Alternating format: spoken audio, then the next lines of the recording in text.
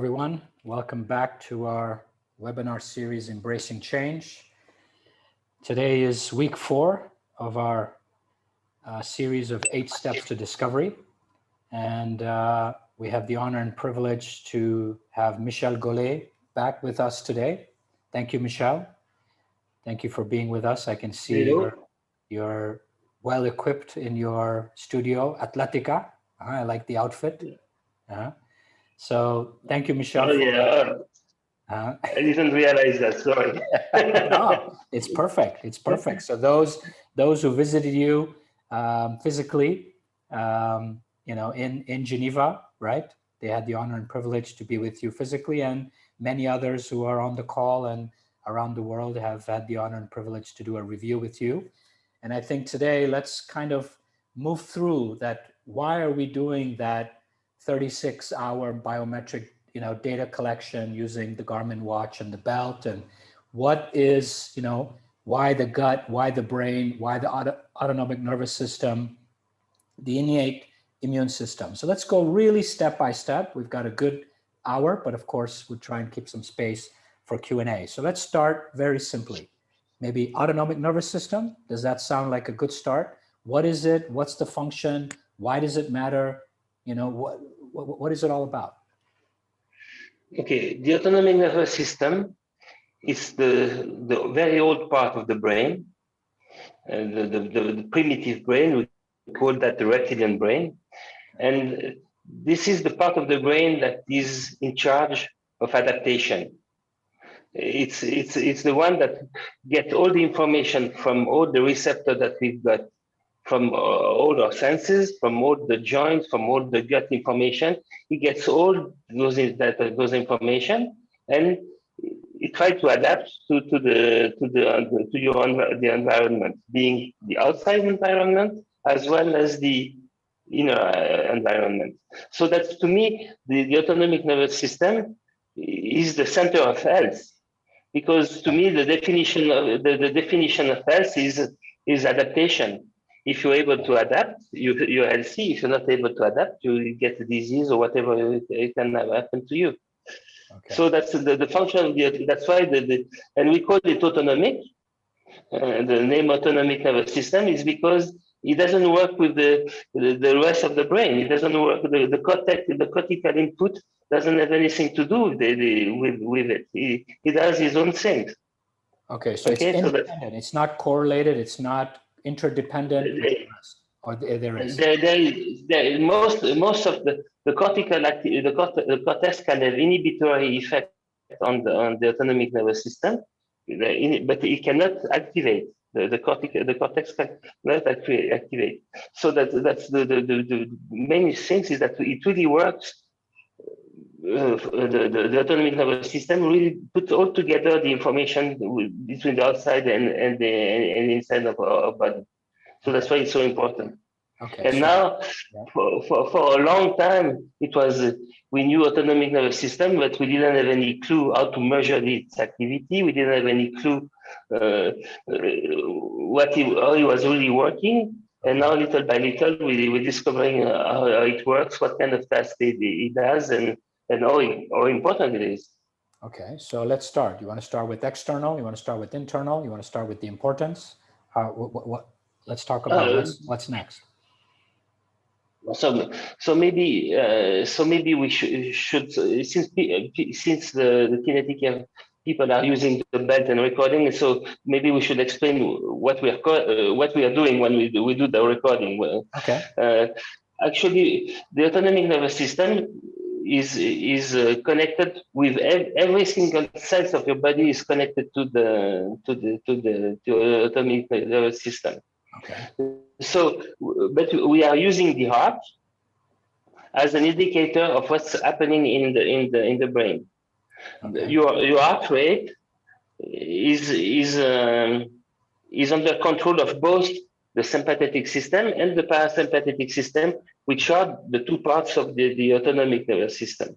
Okay. And the heart has both innervation of those two systems. Okay. And can you explain the two systems for those who don't even know what that means? What is parasympathetic and what is sympathetic? So the parasympathetic system is a system that helps you to recover, helps you to build up storage, is the yin of the Chinese medicine, as compared to the yang that is sympathetic system. It's that duality yin yang. It can apply completely with the sympathetic and parasympathetic system. It's exactly the same data. What is considered yin is parasympathetic. What is considered yang is the sympathetic. Okay, so one is rest and recovery, and the other one is action. What's the other one? Action. Okay. Yeah, that's the two action. Action and facing stress, danger, whatever is the sympathetic system that takes care of that. Okay. Okay. So when we use the heart as an indicator, we've got at that instant, at that moment, we can measure the balance between the two systems. Okay. And the system during the night, since there is all the cleaning system in your body, during the night, the parasympathetic system should be very high. Okay. And during the day, with the stress of the day, with everything going on, the sympathetic system should be dominant. So when we do the recording of the 36 hours to have 2 nights and 1 day, it tells us what's going on during a day, what is the amount of stress that person is on in his job or in his life, and how is he able to cope during the night, or he can recover and so forth. Okay, so because that's the basic thing. The basic. So we're recording everything. Okay, you're recording the sleep. I understand rest and recovery. You're recording when they're working, when they're eating, when they're exercising, all of it, right? So when they're exercising, yeah. So we know exactly what is the stress and the recovery abilities of somebody. Okay.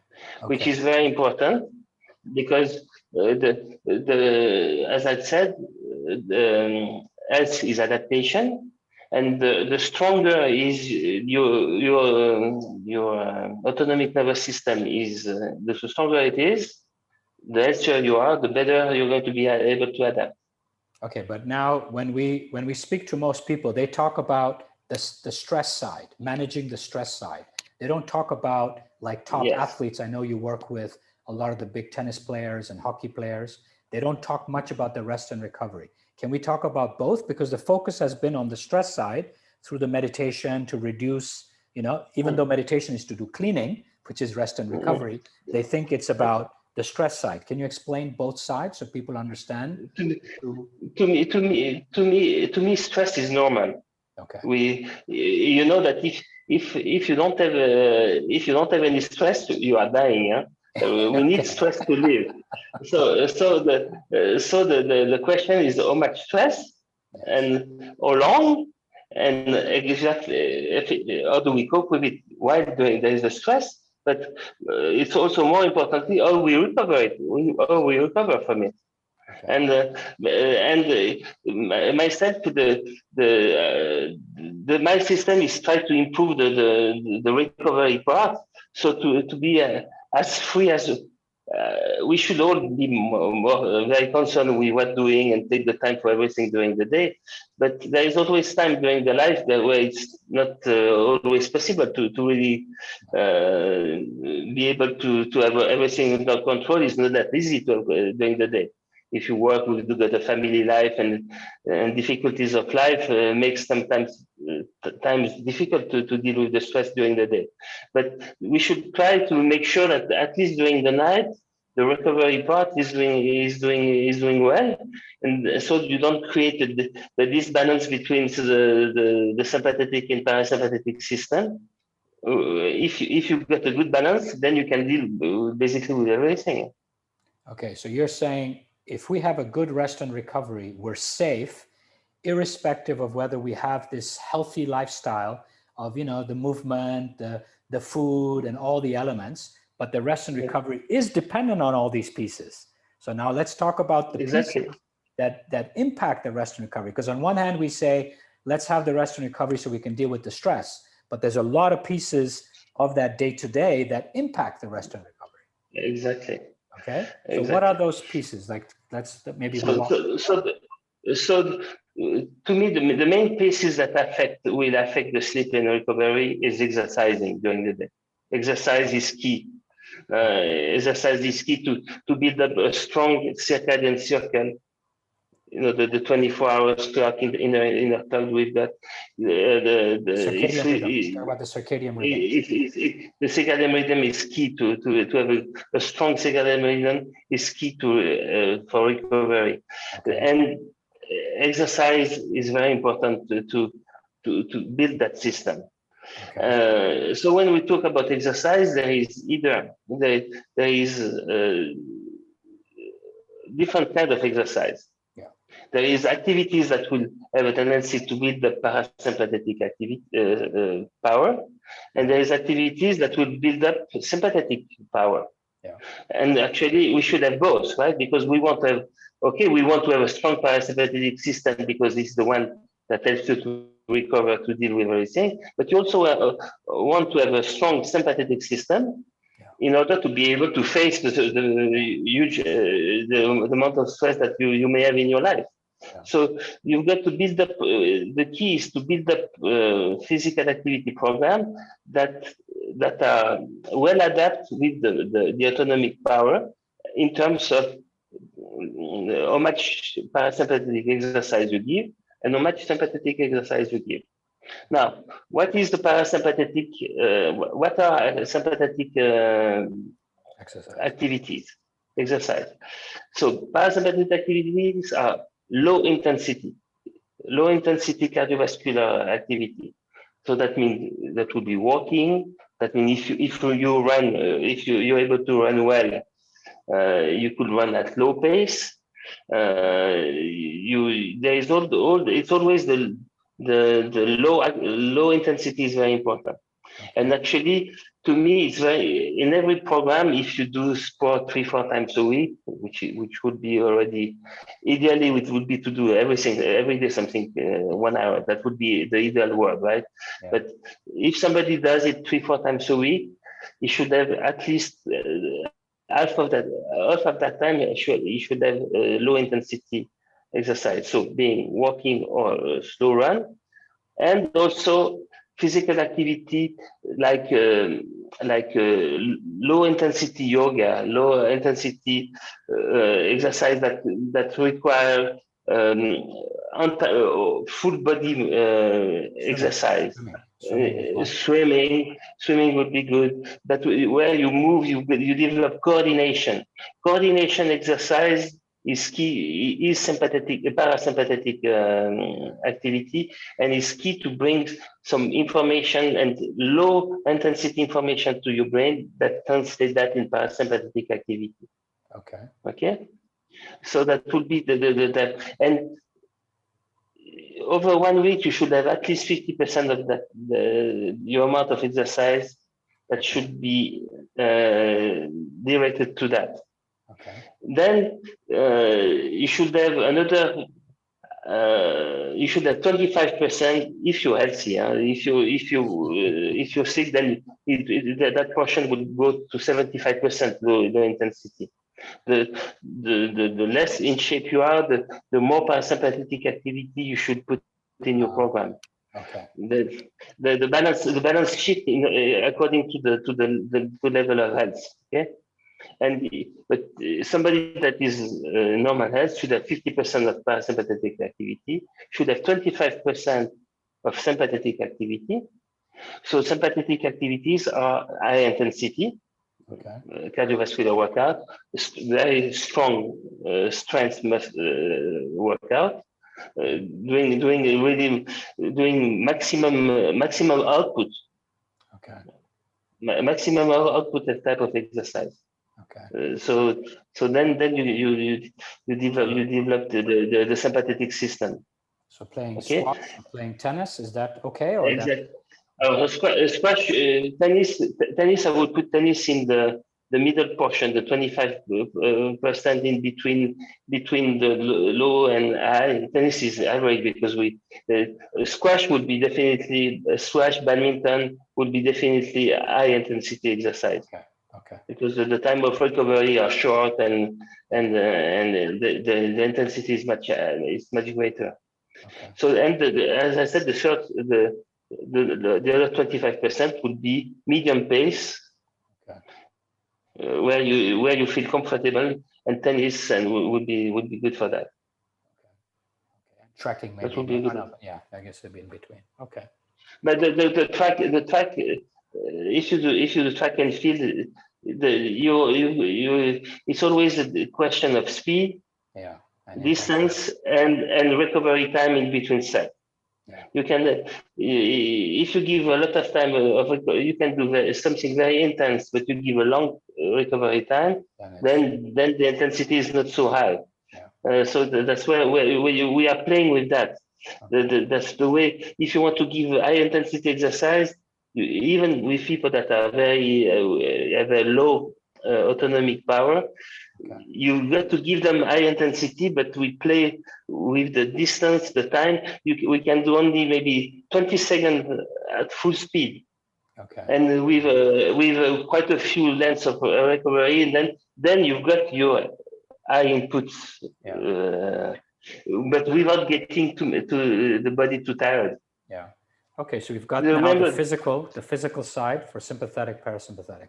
What other elements impact the autonomic system? the second one is the gut function. Huh? Okay. There is 100 million neurons connecting the reptilian brain to the digestive brain, which is the gut, and 90 million of those neurons are coming from the gut going to the brain. Those are ascending fibers. The vagus nerve bringing input from the gut to the brain, and it has a huge impact on the function of on the autonomic nervous system. Okay. And so it impacts through what? It impacts through if you have inflammation. The main thing that will turn down the autonomic nervous system is really inflammation. Okay. If you get inflammation due to leaky gut, due to anything, that there is no way you can well adapt with inflammation in your system. So that means as soon as you've got inflammation, it means that the gut barrier, the intestinal barrier, is not tight enough, and there is too many things that get in your system, and that create an overload on your innate and acquired immune system that leads to inflammation. Okay, so it's the leakage that creates the inflammation. It's not okay. Yeah, when the stress. If you've got only this, what we call dysbiosis, which is not 100% well, good intestinal flora, which almost nobody's got a perfect intestinal flora. It does not exist. But for most people, even if it's not 100%, it creates some small issue, but they stay locally. They stay within the gut. And you've got to realize, you got to realize that within the gut is outside our body. Huh? The gut is outside of, is not inside ourselves, it's outside. Because the inside is as soon as you cross the intestinal barrier. Otherwise, it's just a tube, and the tube is coming from the mouth on the outside, but it's not inside ourselves. So most people can keep some small dysfunction within the gut, and it does affect locally the functioning, but doesn't spread everywhere. Okay, so how does one know whether you have a contained, more or less healthy gut versus not a contained healthy gut that's creating inflammation? So the first sign is that inflammation. Okay. It can be micro-inflammation, and it can be very low-grade inflammation. But as soon as you start to have inflammation, it means that there is something that goes wrong. And also, as soon as you've got some kind of food sensitivities, I'm not talking. I'm talking food sensitivities, not allergy. Allergy, right? It can be sensitivities are already enough. As soon as you get food sensitivities, it means that you get something that are coming in your system that shouldn't be there. Okay. Okay. Okay. So that's so how do you test for the inflammation? It's blood tests. It's stool. It's a blood test. Okay, and it's the whole range. I mean, I've done the whole range with you, so it is that whole system of blood ranges. Exactly. There is few indicators. The main one is CRP plus. Okay. That's the main one. But there is 5-6 other indicators that shows that something goes wrong. Okay. And actually, that would be the main things between something local and something that can spread.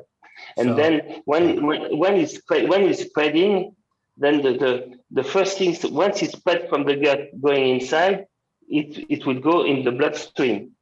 Okay. Then we can evaluate the oxidative stress that is produced within the blood. We try to measure the oxidative stress in the gut. We try to measure the oxidative stress in the blood. And then we go in the third compartment, which is the oxidative stress within the cells. Okay. And so we do analyzing of the 3 compartments to try to figure out where is the main problem and what we can do in which compartment to help the functioning. Okay. And so let's say, okay, on one hand, it's all good. Like I came to see you, you gave me the 2 different supplements to take, right? The powder and the liquid. And it was a complete different experience in that 3 months, right? Foods that I was sensitive to I wasn't sensitive anymore. Now, is that the normal process? Are you seeing majority of people needing to do that? Or is it the other way around? Am I a minority or am I a majority or am I in between? As I told you, you're a majority because most people we don't have a proper bacterial flora from the mouth to the end. There is quite 95% of the time something that are not working properly, and so we can always fix. If we fix those, then it's okay. So in majority of the cases, it's quite straightforward, like you did with me. It's not a complex process. No, and if there is a complex, if there is it happens that sometimes people have stomach issue and then they've got a colon issue. They can have. There is people that have with complex findings that when you test it, they think the whole system is screwed up to tell you the good. But then we always choose. We always choose 1 or 2 areas. We work on those 2, and we know that by working on those 2, that it will already improve the other one. And then we'll see if we still have to do.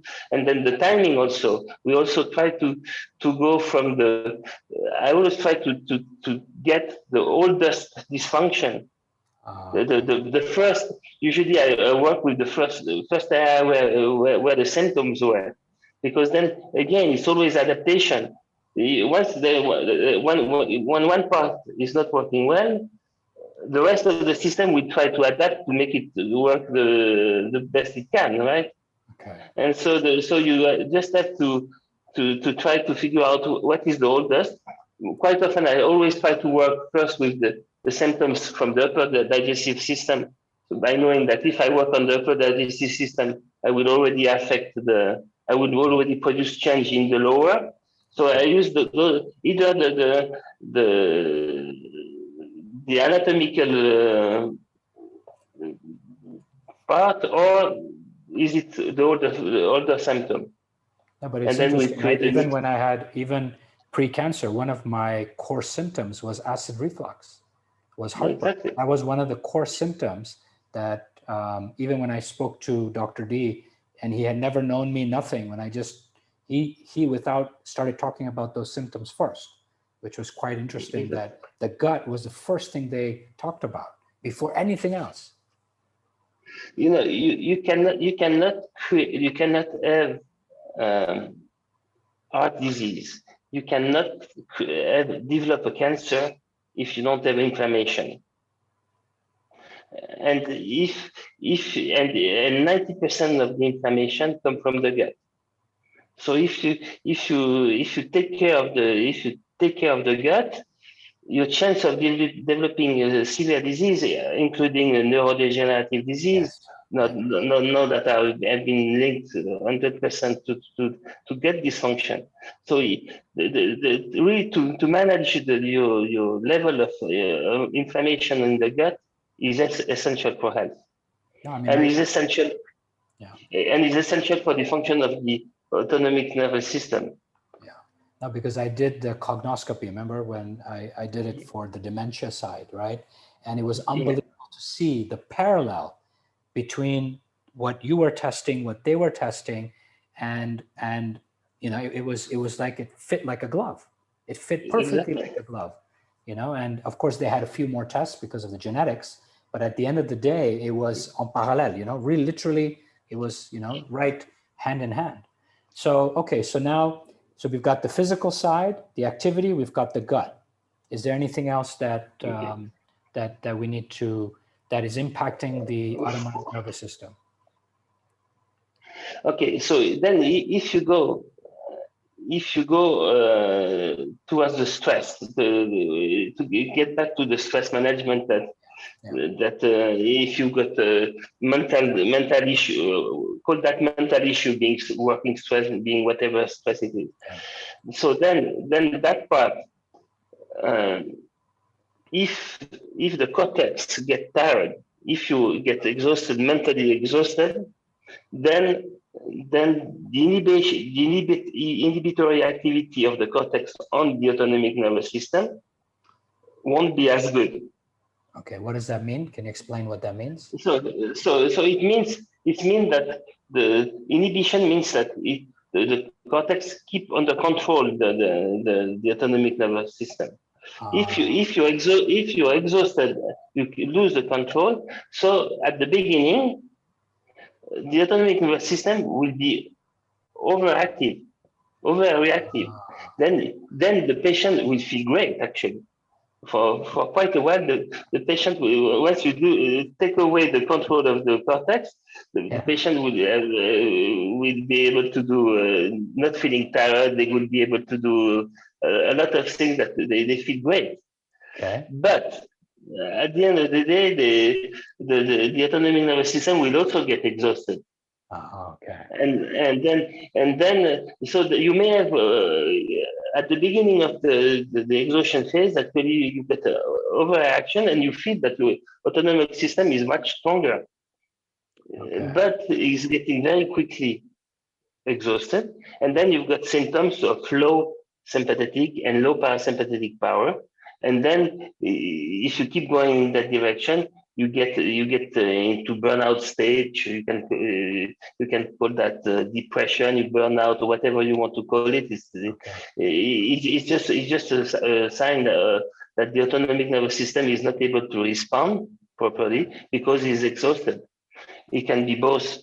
If it's a sympathetic system, then you won't deal well with stress. And then if the autonomic nervous system is very exhausted, it's not going to be able to create adaptation to your system. And then quite often, then you would even develop more gut symptoms. If you develop more gut symptoms, you create inflammation, and then you get the heart disease, the cancer, and it's again. Yeah. So now what about, they're typing in. What about the number 3? Oh, he's talking about the neurocortex. He's asking what's number 3? Exercise, gut, and then he's talking about couldn't hear what you're saying. Yeah, then that would be the importance of meditation. And every other way. Myself, I'm not meditating, but I love to walk. And myself, I go for 1 hour, 1.5 hour walk in the woods in the morning, and that's my meditation of the day. I feel I like that. I love to be in touch with nature. I like to be outside. It helps me to forget everything that I live. And then once I've done that, it's meditation or whatever way. It can be listening to music. It can be painting. It can be. There is a lot of ways to calm down. to get to calm down the whole system. So and everybody's got to find his own way. Okay. And so that would be the way to make sure that the cortex is put together and has a good inhibition on the autonomic nervous system. Yeah. So now when you were talking about the leak, you talked about an innate immune system. What does that mean? What's innate immune system? Okay, so innate immune system versus acquired immune system. Okay. When you do a blood test to your GP, okay, and it is taking your white blood cells, it's taking all the regular blood check. It's a measurement of the activity of the acquired immune system. Okay. Okay. But and this acquired immune system is the last immune system that animals like human have developed over the time. But before developing all that system, between the evolution, there were all the species being the vegetables, fly or whatever, they all have immune system. Okay, everybody's got a system to protect himself. Okay. And so the innate immune system is an immune system that has been that evolution brings from the beginning till now, and then we create the acquired one. So the innate immune system is based on what? It's based on basically on receptors, receptors that are lining the skin, the gut, the lung, the mucosa, and especially the gut, since the gut is 300 square meters. So it's a very large area for the immune system. So there is receptors, and those receptors. We share it with the apple, we share it with the fly, we share it, and those receptors are able to get information from your environment. Okay. And then it will create some local reaction that would protect us. Okay. So that's very important to have that. And most of those receptors get information from the bacteria that are on the skin, in the lungs, or in the guts. The good when you've got a proper bacterial flora, that means the bacteria that are known for thousands of years in human, we live in symbiosis with those bacteria, and so we made friends with them. At the beginning, they may have been dangerous for us, but then since they are prevalent everywhere, we make friends with them, and so those bacteria send messages to the receptors of the gut that will tell us the states and will help to produce mucus and help to protect ourselves. So it's very important to try. To me, when I do the regular blood test, I see it as I'm not so much interested in the level of activation of the acquired immune system, but to me, if the acquired immune system is activated, it means that the innate immune system has been overloaded and was not able to face with the load of dysfunction that he has to deal. So it's telling me that yes, there is before inflammation, you see some change in the red blood cell count and the regular blood test, and then we know that we've got which stage we are. it's also helping us to, as we were speaking before, to tell us if it's localized, contained in the gut, or spreading a little bit. Okay, As we talked at the beginning of the. So when we talk about rest and recovery, where does breathing, like sleep apnea and the breathing side, how does that come in, or is that a separate conversation? No, it's not the in breathing, we've got the inspiratory muscle and expiratory muscle. Normal pneumology are always testing the expiratory muscle, which is in my mind is the wrong choice, because inspiratory muscle have direct connection with the autonomic nervous system, and if you work actually if you do high intensity breathing exercise, if you do very high intensity, you will have a sympathetic activation, and if you do slow and deep breathing exercise, you will have a parasympathetic stimulation. It's another way to have sympathetic and parasympathetic activation. Again, high intensity. If you do a run that is quite heavy run for a while, then you will have to activate your inspiratory muscle.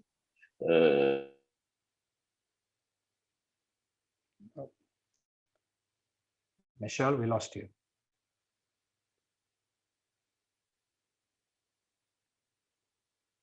Okay, encourage those who have questions, if you can put them into the chat while, oh there, Michel, you're back. You disappeared for a bit, Michel. I'm here. Yeah, you're back. Yeah, no, we couldn't hear you for a couple of minutes when you were talking about. So you're saying that that the people who are do different exercises, we're building the expiration and the inspiration. So what's the, you're saying that they're measuring only the exhale, right? Yeah, the normal pneumology, they always measure your ability to exhale. Yes. But those are the inspiratory muscles that are actually connected to the autonomic nervous system, and the work you can do with the inspiratory muscle is much more important than the expiratory one. So and again, if you do low, deep inspiration, then you will have a strong parasympathetic activation.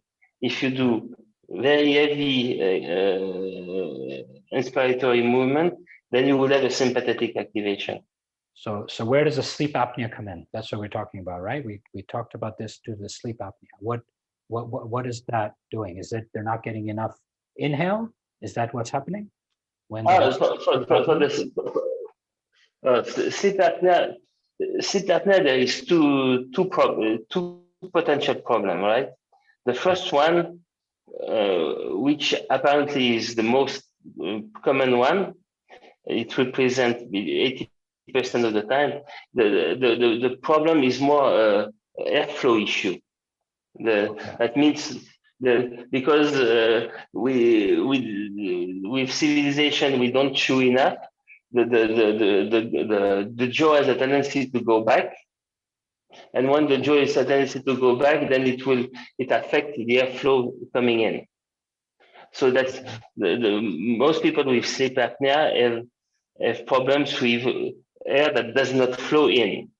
It's not a question of rhythm of inspiration or expiration. It's that they just cannot bring the air in, and it's more prevalent people that are overweight because the weight and have a tendency to put everything on down like that. But it can be, so that's the most common one. And those are the ones that get the machine, the CPAP, to try to force the air in. And then there is a minority of people that have apnea because the central nervous system does not give enough impulse to the nerve to do the breathing. So then that would be a neurogenic apnea. Okay. And those neurogenic apnea, if you do proper stimulation, proper activation, proper exercise, then I think it's you can, it's very easy to re-stimulate and to recreate and to make it functioning properly. Okay. And even with the sleep apnea with the from mechanic and force, you can this instead of using the CPAP, you can also use what do you call that? You put in your mouth. Mouth guard. Mouth guard that can help to the flow to get in. So you don't necessarily have to have the big machine that. I think all people should almost try the mouth guard before getting the machine, because the machine is quite inconvenient to live with. Huh? Okay, so based on, I mean, you've been doing this for many, many years. You're dealing with a lot of top athletes. You're dealing with a lot of executives, you know, all people from all walks of life, right? So what are you seeing? I mean, is it the gut that's creating the most issues? Is it the overactivation of the cortex? Is it the lack of physical activity?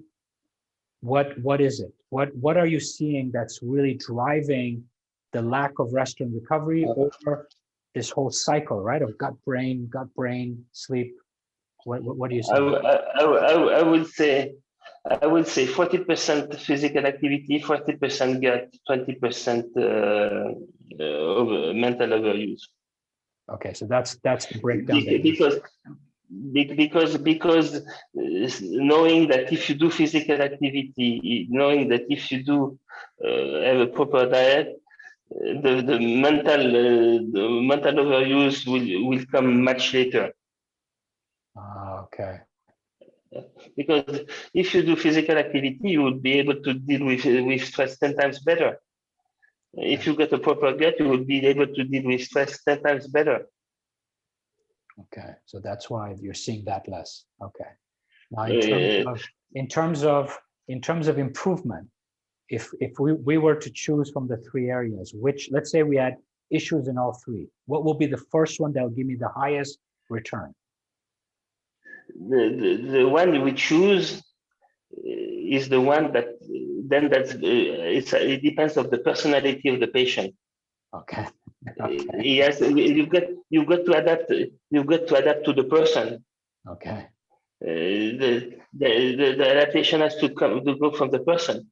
There are some people that it would be very easy to make them doing exercise and to modify the exercise, and you would have right away a very strong improvement due to physical activity. Some other would be to change the food. Some other would be to meditate. So that you really have to adapt to the personality of the person. But in terms of medically, what would be, like, if somebody was equal in all three areas, I know it sounds ridiculous, what would be the highest impact, or is there no specific? Is it the guts creating more havoc? Is it the lack of physical activity creating more havoc, or they're all equally interdependent and relevant? To me, they're all equally important, because again, if you do physical activity, you activate the autonomic nervous system, which in terms will improve gut function.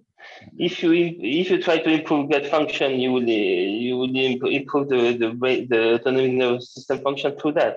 And so to me, you can go both ways, and the way you the program prescription with the same findings. If I've got the same findings with 2%, they won't have the same program, because it will depend on their ability to change also. Adapting. And because for some people it's easy to change the way you eat, and some other people would be very difficult, and vice versa. So you've got to go for success. So you've got to you take one or two steps in the right direction with things that have the least impact on the life of the person, and hopefully with the strongest input. So that's to make you've got to try to make it easy to the person. Or as easy as possible. Yeah. Let's put it this way, because we still have to demand some difficulties. There is still some difficulties. Huh? Yeah. So in terms of, okay, let's take a question and I know we're going to keep going. So I'm a mental health professional, so I know how to help others with the mind. I'm curious if there's a book that is written that covers all three areas for holistic health: exercise, gut, mind, with a focus on autonomic nervous system health. Okay, let's think through what book, and then we can come back to. I don't think there is a single book with that, but you got books on the effect of gut health on mental health. It's very well documented now. The way the way the dysbiosis impact on your mental health has been well documented. There is a lot of book on that, on gut-brain axis. The gut-brain axis, there is lots of book on that now. Yeah, And the effect of yeah, even the person I did the cognoscopy with, they've written books. Dale, Dr. Dale, who's found the one who's found the solution for Alzheimer's. He has a book that talks about all three as well. I'll send it over. So now let's talk about sleep, right? So we have this notion that we hear out of Harvard and all these places that 7 to 8 hours is the optimum amount of sleep. You know, myself personally, I look at getting 5 sleep cycles, which is 7.5 hours. And of course, I've been tested, it's different. But what are you seeing? I know that we've worked with people who are sleeping 4.5 hours of proper sleep and getting the rest and recovery, and others who are doing a lot more and not getting it. So let's not talk about them, but what are you seeing mostly? Are you seeing the balance, or are you seeing a lot of imbalance? Well, there is huge imbalance, and to me, even the people that are able to recover in 4 or 5 hours, they should be careful to get enough sleep, because over the times, over years, it may not be that way forever. And especially the ones that are able to sleep to recover in 4 or 5 hours, it means that probably at that time they don't have that much gut issue that will affect the autonomic nervous system. They may do enough exercise, but as soon as you change your habit, as soon as there is modification, and to me, the best example is the young couple that they decide to have a kid, and then the kids come. Both of the couple were doing exercise 3-4 times a week, but now the guy, he wants to go home to see his kids, which is great, but he also has to work, because he's at the age where he's got to get a good position within his work. So he's working more, he's exercising less, the baby doesn't sleep at night. Within 1 year of that, what do you think happened? It's clear that the balance would be in danger. So, and then that's normal life. Huh? It's normal life for most of us. We all went through that. So that it's true that it's important that even if you're able to recover in 4 or 5 hours, you take it. Okay, that's great, but I'm still going to try to get the good habit to do the right things, to try to keep that as long as I can. Because you know that sleep issue is the most important thing. All the people sleep, they've got more and more sleep problem with age. Huh? It's rare that 70 years old are never able to go through one night of sleep at once. So that's really the big issue. The sleep is really a big issue. The older you get, it's a big issue. But the excuse is the prostate, right? The issue is that my prostate is enlarged after the bathroom. Is that real, or is it because I'm not getting REM sleep? No, it's the prostate things is because you can go to the toilet and go back to bed, and you won't even see it on when I record. there is people going to the bathroom during the night, and when I read the sleep at night, I don't see it on the because they when they go, they just go while they are sleeping, and so it does not affect the sleep. But no, when you get the older age, the main thing is chronic low grade inflammation. When you get older, the tendency to create low grade inflammation is much higher. Okay. There is major change in the microbiota. The type of bacteria that you get in your gut is changing, and this does affect a lot of sleep. And most of the time, people are not doing as much physical activity that they were doing, or they do it, most of the time differently. The older they get, the more they do it at low pace, which is good. But we also need to the high pace a little bit. And older people should push them for a short period of time. They should push themselves to try to reach high intensity, because you need that to keep the strong sympathetic system as well. And with all those factors, there is the sleep. The sleep is the first victim of all that. Okay, so I mean, a lot of them start taking probiotics, and I know that's a whole webinar on its own. Other than obviously doing the full review with you, right? I mean, so one is, the low grade inflammation, right? So where are most of this low grade inflammation coming from, other than the gut? Is it coming from somewhere else because of the aging? So the change of the microbiota will change will change the function of the innate immune system, which will create inflammation. Okay. So, and you're seeing this at what age? 70, 80, 60, or there's no age? It depends the life the person had. If the person had a quite healthy life doing exercise, it's quite late in age. And if the lifestyle was not as good as it could, then it's much sooner. Okay. All right. We have now 7 minutes left. What elements did we not touch on, Michel? I mean, we touched on you talk about the digestive brain. Is there any difference between what we spoke to versus the digestive brain in terms of communication? No, the digestive brain and innate immune system to me is basically the same, because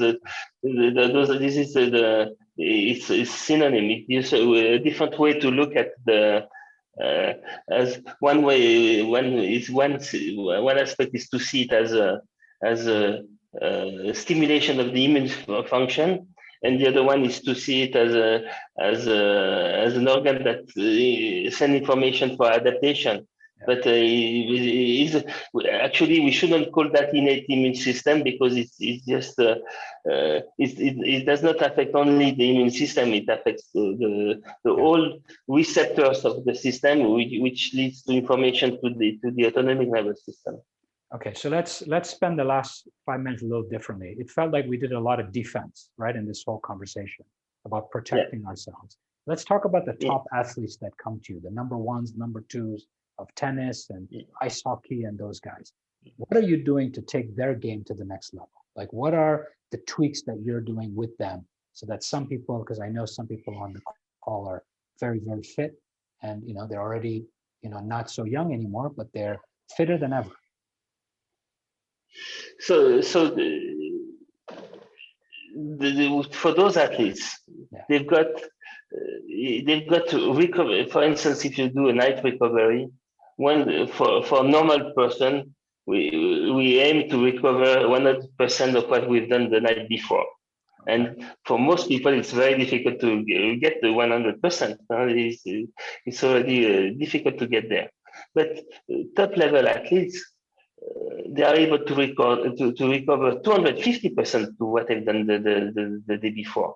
That means the training, the load that they put on themselves the day before, will help them to go even further the next day, because they are able to recover from one day to the other incredibly 2 or 3 times better than the good person, normal person. So Wow. so it's just amazing the difference, the change in physiology of top level athletes versus even good athletes. Between top level and good, it's two different worlds. Oh, You really? cannot So, compare. You cannot compare good athletes with a top level athletes. They don't the ability to recover, the ability to perform is the coordination quality is 10 times better. It's just amazing the difference. And for those people, for those persons, the top level athletes, uh, there is two things that are the two main things that are very important is to try to prevent overload, right? Overuse or overload. So the trickiest part in professional sport is that they do too much. They do way too much competition. They okay. do. There is way too many football games in a season for a player. There is way too many tennis match tournament for tennis players. The same for all the sport because they are professional. They want to make money, but to make money, they want to perform. They've got to have more and more. So, and it's impossible for them to be on top all year long. You've got to have rest period during the year. So to me, the most important task when you get once you do the measurement, you see that athlete is performing very well in all the aspect of your health score. Then you really have to sit with that athlete and to say, okay, now what are the must of your season? The really where you must peak, where you must Yeah. be on top. Then you put those areas there. Then what are the second most important? Then the third most, and then you develop a strategy where you get to have rest period a few weeks before the top important most important place, and then you've got to sacrifice some of them. You've got to sacrifice saying, okay, you're going to go there. You're not going to be in the best form of your life. You're going to do the best you can that day, and that's it. But it's not important. So the main with top level athletes is to keep trying to improve the small details that you could make very little improvement, but really to set up the good program of the year. That's the most important thing. But then you take that parallel to a very successful CEO, right? Why it's similar, right? Or not? It should be similar to. Is that happening? Are there enough? I know we've sent you some. I know you're doing a similar program, but how many are willing to look at life as game time, rest time, game time, rest time, right? In sport, in professional sport, we know that. Yeah. It's not always it's part of, but for instance, I used to take care of all the ballet dancer. Okay. The big ballet Bejar things. Okay, and for dancer, they don't consider themselves as athletes. They are artists. They consider themselves as artists. And artists, they don't. You've got to spend so much energy to try to convince that before doing artists, they're athletes. But they've got. It's so difficult to take them to accept the fact that they should rest sometimes. In ballet dancing, the 10 days before the first show, that's where they do the most. Yeah. They do 6, 7, and they get on stage. Most of the time, they are exhausted. Okay, so Which is the opposite, which is the opposite of the athletes, which they will the last week before competition they will take it off. They will just do a small exercise to keep the quality on top, but really try to recover as much as you can. So there is a lot of people that they don't see the point to rest and activity. They don't see it the same way. Okay, so it's a whole. Okay, so they're not able to understand because When we train, they talk about you're an athlete of life, right? When you're living, exactly. right? The whole space. Exactly. So, but That should be like that. Yeah. But okay, Michel, go ahead. we at the end. No, but go ahead. What are you saying? Please. No, no. And also, just one last example. For instance, there is also very wrong habit within each sport. There is always that ways to train that are there for generation from generation. Yeah. For instance, if you take tennis players, most of the time they do the training, and then at the end of the training, the player will take a big basket of ball and will do 200 serve because he's got to practice serve. And so those athletes do every day at the end of the practice 200 serve. But 200 normally serve is a very explosive movement. So that means after 4 or 5 serve, you're getting tired and you cannot achieve a proper serve. And they still do 200 serve when after 5 they're already tired. And so most of the shoulder problem that the tennis player have is just because they are not able to switch the ability to do the serve within the training. They do 10 serve, then they do 10 times 10 serve, they do the number of serve, but they don't put themselves they don't put the shoulder in jeopardy because of doing too many at once. And so and from generation it stays because it's the way it was always been done in tennis. In football it's always other pattern, but and because your coach has been done that for 20 years, he's teaching the same thing even if it's wrong. It's probably the same for board meetings. It's the same thing for Exactly. other meetings. It's the same thing. The whole concept of 90-minute cycles, right? Operating in 90-minute cycles. How many actually program their day with gaps within the 90-minute cycles of knowing that this is working on the business, in the business, my time, our time, all of those pieces, right? It's the same thing you're talking is let's learn from this exercise of the top athletes. How can we get the rest and recovery beyond what we need today for tomorrow, so that we already have the cushion for tomorrow, right? It's just like when you save money, right? You're saving money for the rainy day. How are we creating the buffer within our bodies, whether it's the gut, whether it's the physical health, whether it's the cortex, to be able to prepare for, okay, some of, we're not all of us for the virus that is coming for the things. Yeah, it's exactly that. Exactly that. Yeah. No, but that's so basically, okay, Michel. So just to recap, I mean, we talked about gut, we talked about physical activity, we talked about the cortex, we talked about the innate immune system and the importance versus the acquired, right? And the acquired is a reflection, shows us the pressure that's going on. And you're saying you're seeing 40%, 40%, and 20 on the cortex, right? And you're working with people based on their agility to adapt to get the highest output, right? With the least amount of resistance. That's how you're working it through. And that's what brings the success of pretty much everyone we've sent to you has come back with a very, very different quality of life, but by the slow changes that they've made, right? So in closing, what would you like to suggest or nudge the people who are listening as before you say goodbye? So to me, everybody should remind that the most interesting person in your life is yourself.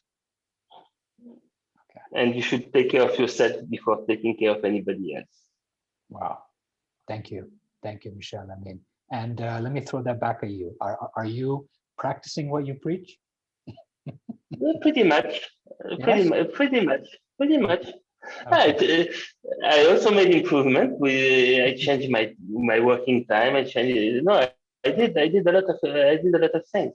Maybe not enough, but no, I'm trying. I mean, the concept is to try every day to try to make it a bit better, right?